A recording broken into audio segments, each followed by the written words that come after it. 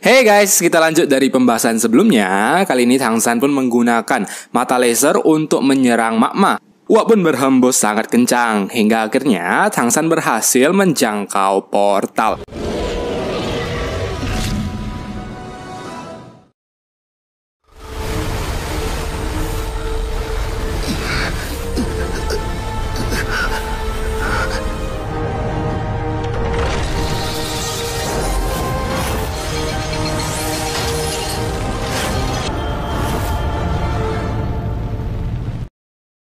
Setelah hal tersebut, Tang San pun mendapatkan rana pembunuh atau seperti sebuah aura membunuh yang kekuatannya juga belum banyak diperlihatkan. Begitu pula dengan Helena yang juga mendapatkan aura yang sama. Ia pun sangat berterima kasih kepada Tang San karena tidak meninggalkannya tadi. Namun Tang San hanya bersikap dingin kepada Helena. Tang San pun berkata ia ingin pergi apabila tak ada masalah lagi. Helena yang sedikit kecewa pun tak bisa berharap banyak. Akhirnya, ia hanya membiarkan Tang San pergi begitu saja. Beberapa saat kemudian, Tuolok Krisan dan hantu pun muncul. Helena pun kembali ke istana Wuhun. Di sisi Tang San, ayahnya pun juga sudah menunggu. Walaupun didikan ayah Tang San ini sedikit keras, namun ia yakin Tang San pasti bisa berhasil. Namun Tang San tampak belum bisa mengendalikan aura pembunuhnya. Ayah Tang San pun membawanya ke suatu tempat di kota. Ternyata tempat yang dituju adalah sekolah musik tempat berkumpulnya para bangsawan. Namanya adalah sekolah Yue Xuan. Awalnya, para penjaga pun tak bisa membiarkan Tang San masuk karena pakaiannya yang begitu kusam. Singkat cerita, Tang San dan ayahnya pun menerobos masuk. Di sana ia sempat berkelahi sebentar dengan para penjaga.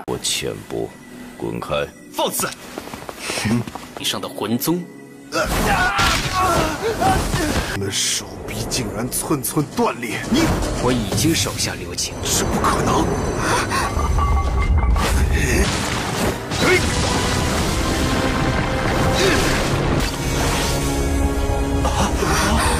我的武魂，杀神领域，那让你看仔细。第一魂技，缠绕。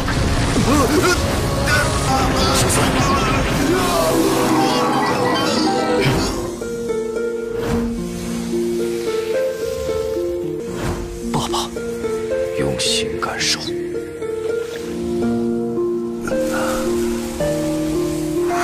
回事。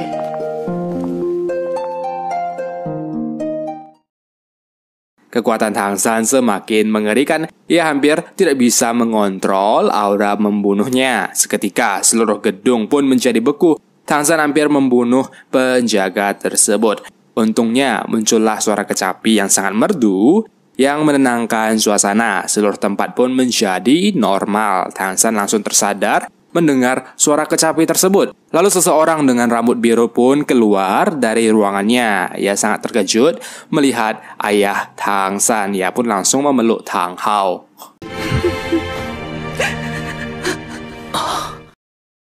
Namanya adalah Yue Hua, adik dari ayah Tang San, atau bisa dibilang sebagai bibi dari Tang San. Tang San pun sempat salah paham karena berpikir Yue Hua ini adalah kekasih ayahnya yang baru. Sudah 20 tahun, Tang Hao tak pernah menemuinya. Adiknya pun mengajak Tang Hao agar pulang ke rumah bertemu kakaknya. Ya, ayah Tang San memiliki satu kakak lagi. Ia sekarang adalah ketua klan Palu. Namun Tang Hao berkata, ia sudah tak ada muka pulang ke klan. Ia pun hanya menyerahkan Tang San sebagai pertanggungjawabannya kepada klan. Setelah hal itu, ayah Tang San menyuruh Tang San belajar 1 tahun di sini. Apabila sudah, maka kembalilah ke tempat latihan kemarin. Tang San pun sempat bertanya, mengapa ia harus berlatih musik dan etika kerajaan, padahal ia adalah seorang spirit master. Bibi Tang San pun berkata, kalau kuat itu bukan hanya masalah fisik, namun yang penting adalah mental di hati. Belajar musik pun dapat menekan aura membunuh sekaligus berpikir lebih tenang. Singkat cerita, hari pertama belajar pun dimulai. Teman sekelas Tang San ini semuanya adalah bangsawan. Sudah 2 tahun mereka belajar. Dan tahun ketiganya biasanya adalah tahun kelulusan. Di tahun kelulusan, satu orang akan ditunjuk untuk menjadi perwakilan bermain kecapi. Akan banyak orang-orang besar kerajaan yang datang. Mereka pun semuanya saling berkompetisi satu sama lain. Ini adalah akademi yang sangat bergengsi. Tang San pun sedikit ketinggalan, namun perlahan ia menyalip orang lain.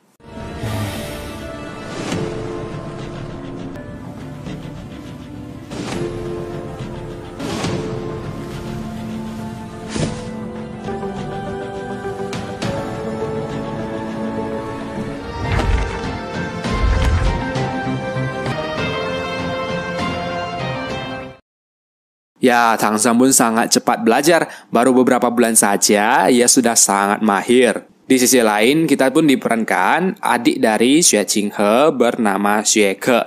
Ia juga mulai menyukai Tang San karena permainan musiknya. Suatu hari, ia pun menulis surat yang mengundang kakaknya datang di hari kelulusan nanti. Walaupun bukan ia yang menjadi perwakilan, namun ia sangat senang karena Tang San yang bisa menjadi perwakilan. Xue Qinghe pun mulai penasaran orang seperti apa yang bisa membuat adiknya begitu terpukau. Hingga akhirnya di 1 tahun kemudian acara kelulusan pun sudah akan dimulai. Beberapa orang besar datang melihat pertunjukan anaknya.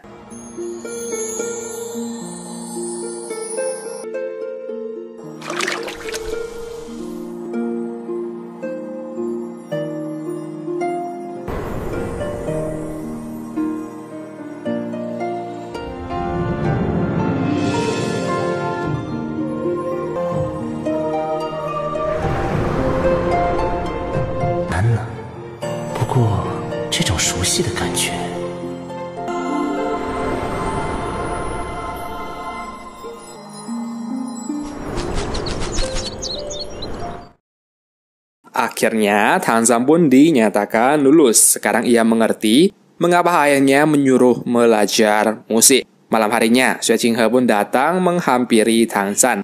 Namun di sini ia juga tak kenal karena Tang San mengganti namanya menjadi Tang Yin. Di sisi lain, Xue Ke pun terlihat malu-malu. Melihat itu, kakaknya pun mengajak Tang San agar lebih sering bertemu lagi dengan embel-embel belajar musik bersama. Namun di sini Tang San pun menolak. Lain kali kalau ada jodoh, pastinya akan bertemu kembali. Qinghe pun pergi dari tempat tersebut. Setelah itu, Bibi Yuhua pun berbicara kepada Tang San. Ia menanyakan soal Xue Ke tadi. Tampaknya ia serius ingin berkencan dengan Tang San. Namun Tang San berkata ia tak akan mempertimbangkan hal tersebut. Hal ini tentu saja karena ia sudah memiliki Xiao Wu. Sudah 5 tahun ia tak bertemu dengannya. Bibi Yuhua pun berkata agar tidak terlalu emosional. Ia menyuruh Tang San untuk segera pergi menemui ayahnya.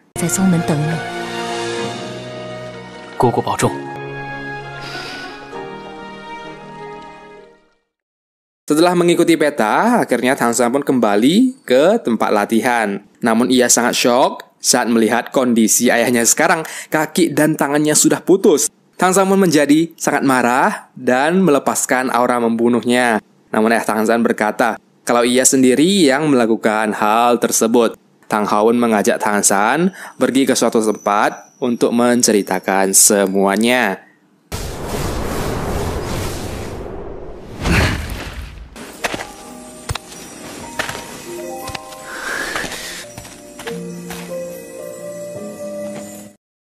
Diceritakanlah sedikit masa lalu bertemunya orang tua Tang San.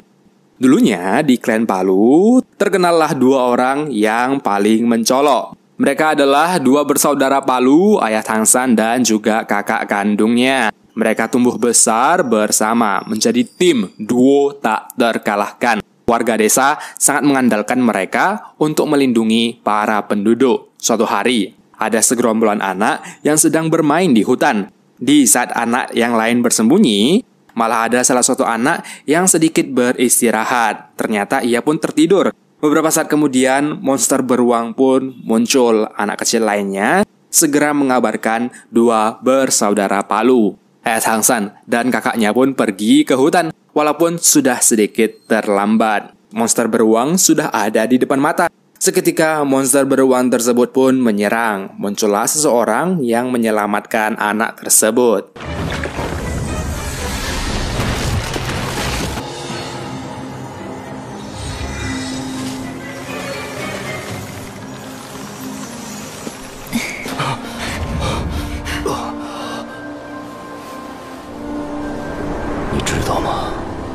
妈妈不只是美，是她身上散发的那股清新气息，她是纯净的。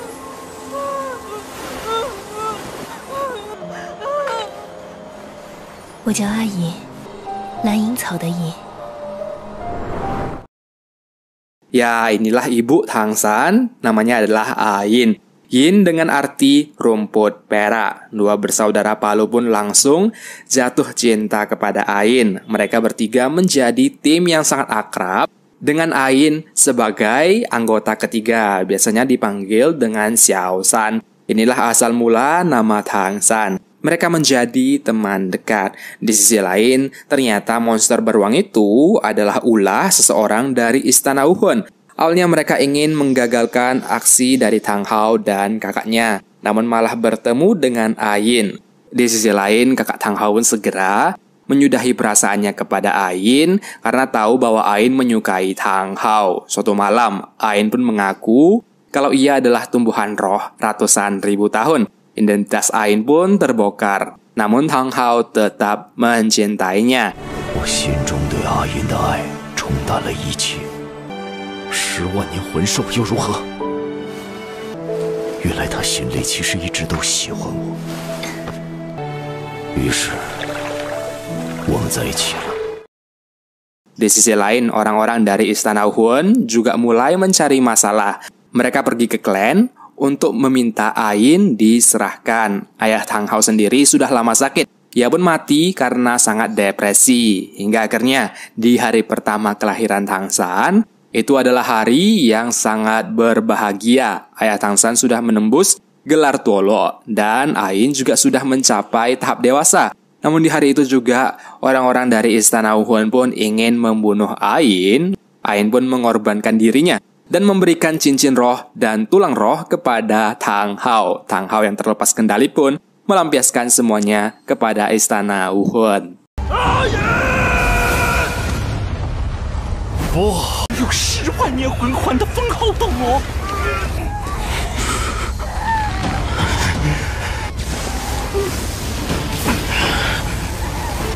给我上！趁他还没完全适应10万年魂环。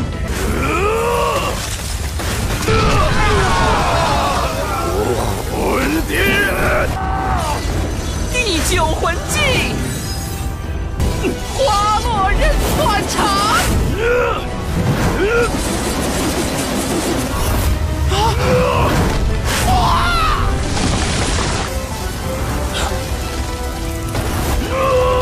凌天意志，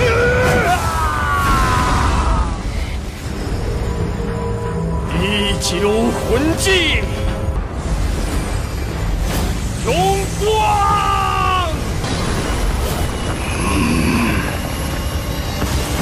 大曲迷春。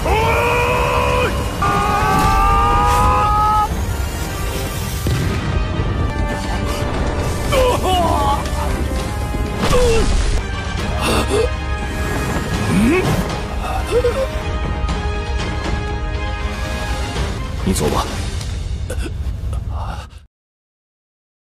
Dan karena pertarungan itu pun, kaki dan tangan ayah Tangsan sudah hancur. Ia menggunakan 2 tulang rohnya untuk menjaga bentuk fisik. Namun kali ini ia sudah melepaskan tulang roh tersebut.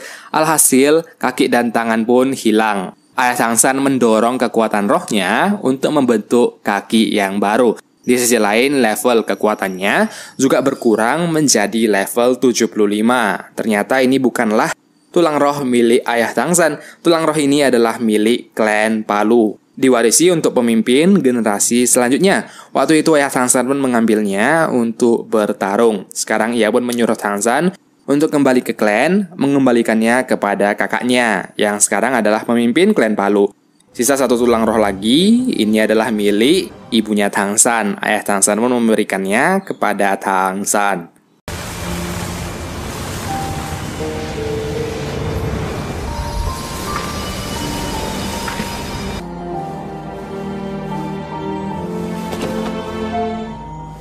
照顾好自己，还有你爸爸。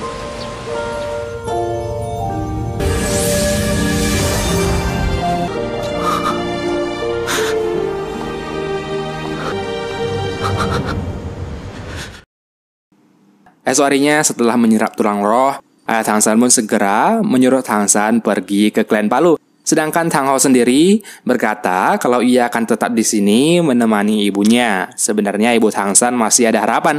Setelah mati, ia menjadi rumput perak kembali. Namun, butuh waktu 100.000 tahun untuk mencapai wujud manusianya lagi. Tang San pun berkata ia mempunyai ide. Ia mengajak ayah Tang San pergi ke suatu tempat yang bisa menumbuhkan tanaman ribuan kali lebih cepat.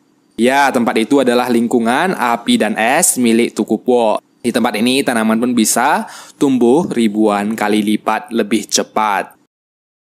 Di sisi lain, kembali ke Istana Wuhan terjadi rapat besar-besaran. Seluruh anggota penting hadir dalam pertemuan itu. Diceritakanlah Pipitong yang memiliki 3 rencana besar ke depannya. Rencana pertama adalah diangkatnya Helena sebagai penerus satu-satunya Pipitong. Semua orang pun tak keberatan karena dari dulu memang sudah ada pandangan begitu. Lalu untuk keputusan kedua pun, Pipitong ingin menangkap hewan roh ratusan ribu tahun. Ya, mereka ingin menangkap Xiao Wu. Sudah diketahui, lokasi Xiao Wu berada di jantung hutan Xing Tuo. Penyerangan kali ini pun akan dipimpin Krisan dan Hantu sebagai ketua. Untuk keputusan yang ketiga, ini adalah keputusan yang paling mengguncang, yaitu adalah untuk menguasai benua. Pipitong ingin menyerang 2 klan besar. Beberapa pihak pun saling bercekcokan satu sama lain. Namun Pipitong berkata kalau keputusan ini sudah bulat dan telah didiskusikan dengan ketua lainnya. Perperangan besar pun akan segera terjadi. Di sisi lain, kembali ke Tang San pun menyuruh ayahnya memakan pil. Ini adalah pil yang dibuat dengan campuran darahnya sendiri. Tujuannya agar bisa bertahan di lingkungan yang ekstrim ini. Setelah hal itu, Tang Hao pun menyuruh Tang San balik ke klan. Dengan bermodalkan sebuah peta, akhirnya Tang San pun sampai. Di sana sudah ada beberapa murid yang menunggu. Tang San pun dibawa masuk menemui pamannya. Konflik baru pun akan muncul di dalam klan Palu ini. Bagaimana kelanjutan cerita Tang San selanjutnya? Kita akan bahas di video selanjutnya ya. Jangan lupa di subscribe untuk cerita berikutnya. 趁此减轻压迫。